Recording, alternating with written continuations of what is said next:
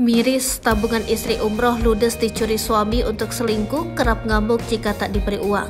Curhatan pilu wanita yang tabungannya dipakai untuk selingkuh, ternyata sang suami juga digunakan untuk berjudi. Mirisnya, uang tabungan tersebut tadinya hendak digunakan untuk ibadah umroh.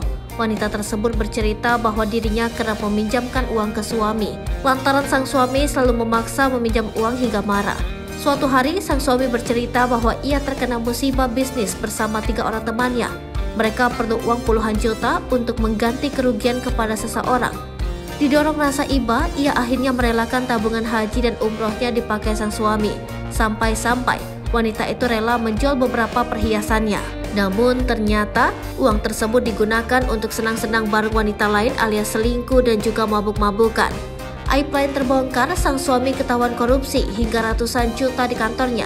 Sedangkan uang yang dipinjam dari tabungan haji dan umroh istrinya dipakai untuk menutupi korupsi agar tidak ketahuan. Wanita itu bahkan sempat depresi dan ingin lepas hijab. Suatu saat ia dimintai tolong untuk membantu photoshoot umroh. Tak hanya jadi juru foto, wanita itu juga diminta jadi MC di acara manasik. Keputusan berubah jadi rasa syukur. Ia akhirnya dapat menunaikan ibadah tersebut berkat penghasilannya dari bekerja di travel umroh.